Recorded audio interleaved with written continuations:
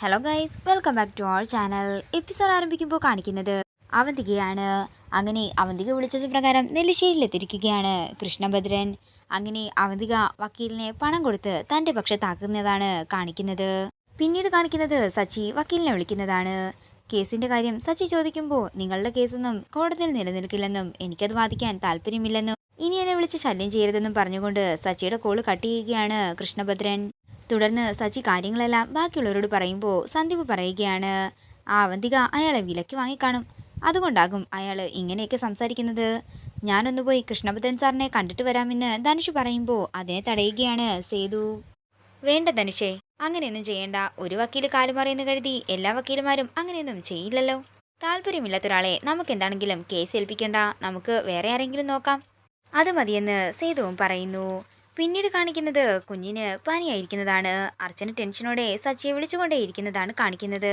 തുടർന്ന് സന്ധ്യ അങ്ങോട്ടേക്ക് ചെല്ലുന്നു. എന്താ അർച്ചനെ, എന്ത് പറ്റിയെന്ന് സന്ധ്യ ചോദിക്കുമ്പോൾ കുഞ്ഞിന് നല്ല പനിയുണ്ടെന്നും ഹോസ്പിറ്റലിലേക്ക് കൊണ്ടുപോകണം, പക്ഷെ സച്ചിയേട്ടനെ വിളിച്ചിട്ട് ഫോൺ എടുക്കുന്നില്ലെന്നും അർച്ചന പറയുന്നു.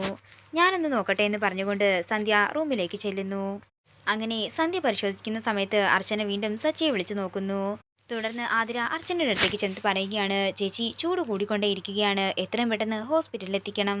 അർച്ചനെ, സച്ചിയെ വെയിറ്റ് ചെയ്ത് നിൽക്കണ്ട, നമുക്ക് എത്രയും പെട്ടെന്ന് കുഞ്ഞിനെ ഹോസ്പിറ്റലിൽ എത്തിക്കണം.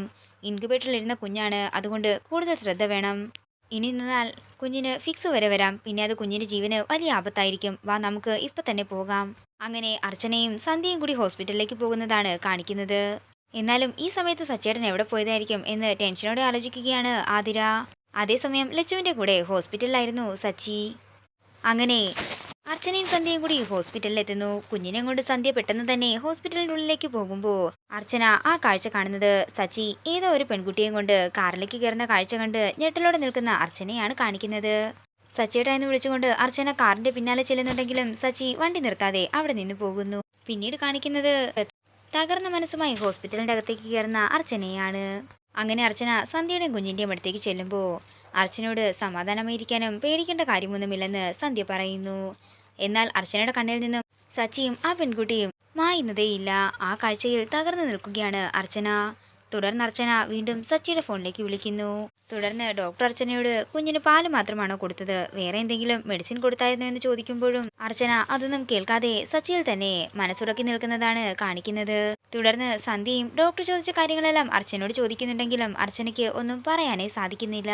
പെട്ടെന്ന് തന്നെ അർച്ചന ഒന്നും പറയാതെ പൊട്ടിക്കരയുമ്പോൾ അർച്ചനയെ ചേർത്ത് പിടിച്ച് ആശ്വസിപ്പിക്കുകയാണ് സന്ധ്യ. പിന്നീട് കാണിക്കുന്നത് വൃന്ദാവനമാണ്.